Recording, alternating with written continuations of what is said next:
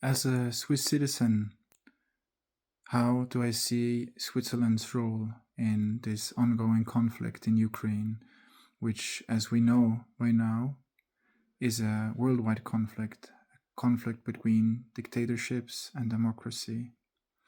Switzerland is, by its structure, by its legal structure, by its governmental structure, the most democratic world or country in this world.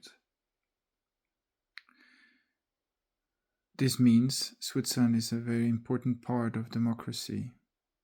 For 200 years now, Switzerland has been neutral.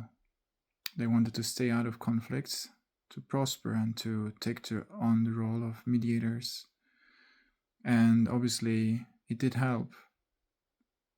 But from a moral aspect, this is wrong, especially when the democratic world is attacked as it is now. During the 700 years of existence of Switzerland, for 500 years, Switzerland has been part of major battles in Europe, and they have contributed to the defeat of the House of Habsburg, which was a very powerful and influential aristocratic clan in Europe. They were also defeating Karl the Bold, who aspired to have a big kingdom over Europe and was defeated by the Swiss Confederates. And the Swiss have been valiant fighters, defending the Pope, for example, in 1527, giving their lives. And also later, when the French Revolution started, they protected the King of France, 1792, by giving their lives as well. And there are many, many stories like this. So Swiss Confederates have been valiant fighters who have been fighting for what they believe and see is right. And I would say most of their fights, most of their battles were for the right reasons. Now, we're facing, similar to the Second World War, a threat to the democratic world.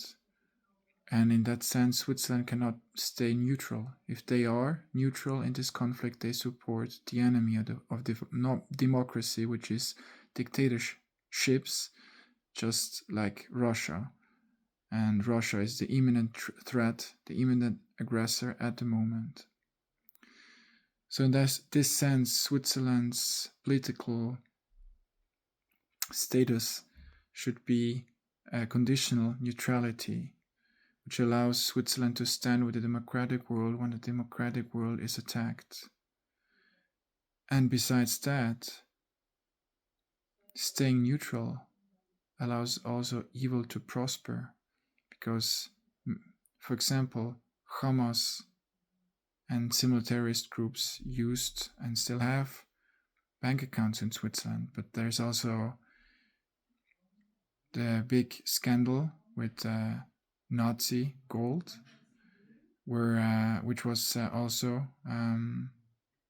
saved in Switzerland and became part of Switzerland's wealth in the end after the fall of the regime. And there's also a lot of Russian money in Switzerland. So all in all, Switzerland's neutrality opens doors to evil organizations, to evil governments, to prosper and prepare for their destruction. And in that sense, neutrality is a disadvantage for the democratic world.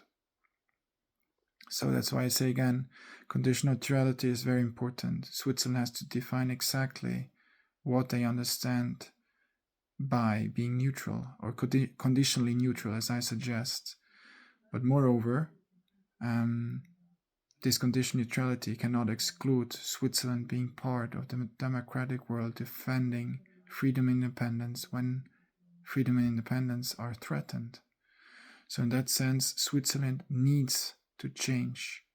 They need to change their political status, because otherwise